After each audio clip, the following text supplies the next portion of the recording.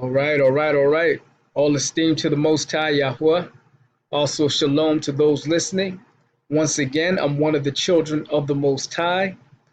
And this is just a quick word on 1 John chapter 5, verse 3. Now, that's the passage that states, "For this is the love of the Almighty, that we keep his commandments, and that his commandments are not grievous." Now, that passage is simply telling us that if we love the Most High Yahweh, or if we have the love of the Most High within us, we will keep his commandments. Not only will we keep his commandments, but his commandments will not be grievous unto us, meaning his commandments will not be a burden for us to keep. In fact, we should love keeping his commandments. Now, I've talked to different people about the law of the Most High and how our people, those of us who are being called Negroes today, who are waking up and finding, of course, that we are the true Yashara'im, or the people known as the Israelites in Scripture, we have a covenant in which we are required to keep the commandments that the Most High gave our people to keep. We are to keep his laws. And in fact, when you hear 1 John chapter 5, verse 3, and it says that we are to keep his commandments and his commandments are not burdensome to us, many people just think the 10 Commandments. However, we have to be clear on the fact that the 10 Commandments are just a summary of what is found in the body of the 613 laws that were given to our people to keep. Now, often people will say, well, you're telling me I have to keep 613 laws? That's an awful lot of laws to keep. However, there are a couple of things our people need to consider when they make that conclusion. One, they need to consider this, is that yes, there are 613 laws, but not all of those laws apply to every single individual amongst our people. Some of the laws are for the women, some of the laws are for the men, some of the laws are for our priests, some of the laws are for our children, some of the laws are for our adults. So it's not a total body of 613 that applies to every individual. But then there's another thing to consider. Even if we did have 613 laws to keep for each one of us, that is nothing compared to the tens of thousands of laws that you have to keep every day just to be in obedience to your federal, state, and local municipality laws. So you are often living under tens of thousands of laws just to live where you live today. Your city, your state, and the federal jurisdiction over you has you under tens of thousands of laws. And so you don't think about every one of those laws every single day because many of those laws do not apply to every single thing that you do each day. And many of those laws are things that you already take as a common knowledge.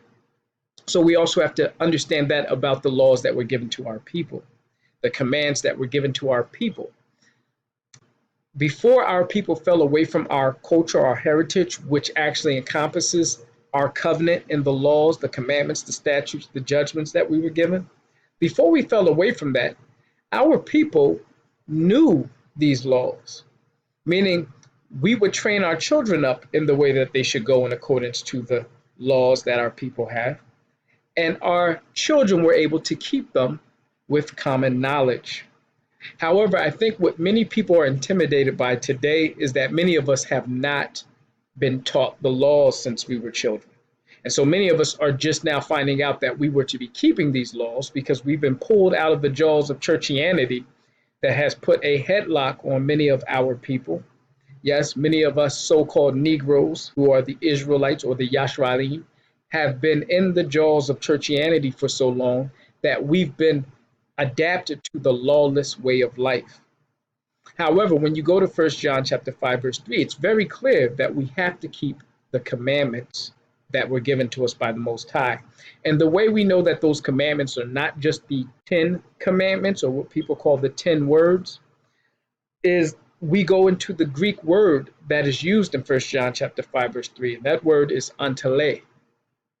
Now, that Greek word applies to any of the orders or the precepts, rules, or the broader commands that are found within the law of Moses. So the Mosaic law is being spoken of when we're speaking of the commandments in 1 John chapter 5, verse 3. Now, if you need to make that connection, let's look at some precepts that show us that 1 John 5, 3 is telling our people that we need to love the Most High by keeping his law and his teachings, his instructions, the commands that he gave our people back in the day of Moshe or Moses. In fact, go to the book of Deuteronomy, chapter 10, verses 12 through 13. You're going to see it says this. And now, Yasharal, what doth Yahuwah thy mighty one require of thee? But to fear Yahuwah thy mighty one, to walk in all his ways, and to love him, and to serve Yahuwah thy mighty one with all thy heart and with all thy soul, to keep the commandments of Yahuwah and his statutes, which I command thee this day for thy good. So see, the Most High only requires that we walk in all his ways, to love him and to serve him with all of our heart and our soul, meaning with the very seat of our emotions and our passion, we are to pour that into following the way of the Most High Yahuwah. In fact, our very will and determination should all be poured towards keeping the ways that he gave us to keep. Now, many of us struggle with this because our people have been taught to live away from the law or apart from it. And so because of that, we've gotten used to lawlessness. We've gotten used to doing things when we want to and how we want to. But that is very self-serving. That's simply us serving ourselves. We're not serving the Most High when we serve our own self, or we serve our own flesh, our own desires and wants. In all of our ways, we are supposed to acknowledge the Most High, and he directs our paths. And so if we acknowledge the Most High, that means we're acknowledging his word that he gave us to live by, the commandments that he gave us to live by. Give you an example. If I got 2 job offers, to make my decision, the very first thing I should do is look at things like, for instance, the schedule of the work that I'll be doing. So if I have a job offer that offers me a high amount of money, let's say they want to give me 6 figures, but they're requiring that I work on the Shabbat. And then I have another job that's offering me, let's say, about 70,000 or 60,000 or less, right? But the schedule allows me to work 6 days or 5 days, but it allows me to avoid working on the Shabbat. Which job should I choose? For many people who are not acknowledging the Most High, they would choose that job that is paying them the 6 figures, even though it requires them to work on the Shabbat, because they figure, you know what, let me just get this money. However, if we are acknowledging the Most High, then we will take the job that allows us to still honor the word of the Most High. So we would take the lower paying job simply because we see that at the same time we are able to honor the day that the Most High has commanded us to honor, the 7th day, the Shabbat, to rest on and not to engage in work. So that's an example, right? But I want us to see that the Most High truly does want us to honor his word in the same way that we honor him. He wants us to love his word in the same way that we love him. We have to love his commands in the same way that we love him. In fact, to show you an example of that, if you go to Deuteronomy chapter 6, verses 5 through 6, you'll see there that it says, and thou shalt love Yahuwah thy mighty one with all thy heart and with all thy soul and with all thy might. And these words which I command thee this day shall be in thy heart. So once again, the Most High is telling us that we should love him with all of our heart and with all of our soul and with all of our might. Now, I want you to compare that passage found in Deuteronomy chapter 6 with a passage that's found in Deuteronomy chapter 26, verse 16, which says this, not about the Most High, but about his ways or his laws, his statutes, and his judgment. It says this, it says, this day Yahuwah thy mighty one hath commanded thee to do these statutes and judgments, Thou shalt therefore keep and do them with all thine heart and with all thy soul.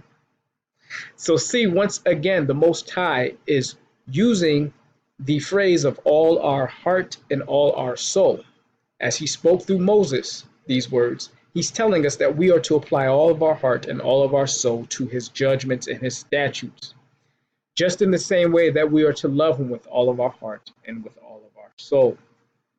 In fact, we can even go and find more proof to this inside the book of Deuteronomy by going to Deuteronomy chapter 30, verse 20.